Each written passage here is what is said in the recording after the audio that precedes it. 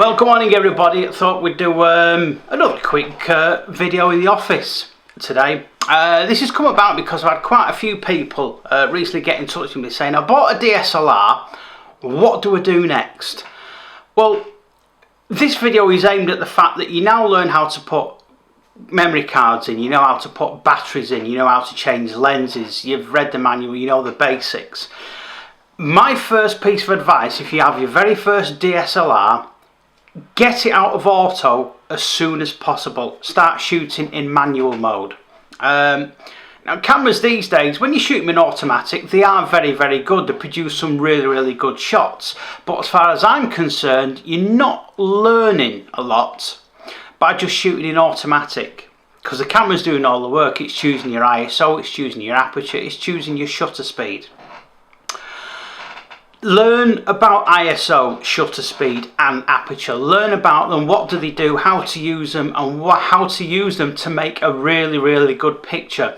If you're still a bit unsure on ISO, aperture and shutter speed, I'm going to be doing a video explaining the exposure triangle on how a combination of the three produces a very good and clean exposure for your shots.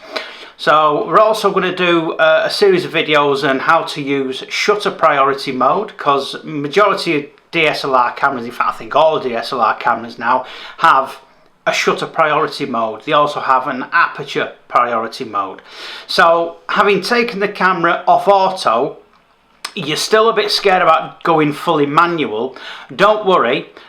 Go into shutter priority mode, go into aperture priority mode, and again we'll be doing some videos on those two modes, how to use shutter speeds and how a shutter speed can make a heck of a difference in a picture. And we're going to do the same with aperture as well, to give you, I'm going to show you examples, and we're actually going to go out and take pictures, and we'll show you the difference between the two shots and how it massively influences and changes a picture. Final piece of advice is go out and use your camera, get used to it, shoot the most mundane, boring subjects you can. Take it wherever you go, just take pictures, get used to using your camera, get used to all the settings, and used to getting the shutter speed right, your aperture right, your ISO right. Get used to doing all that and take pictures, and then send it to anybody and say, just have a look at my picture, what do you reckon? By all means, if you've just got a DSLR and you're watching this video, in the comments below, send me a picture that you've taken.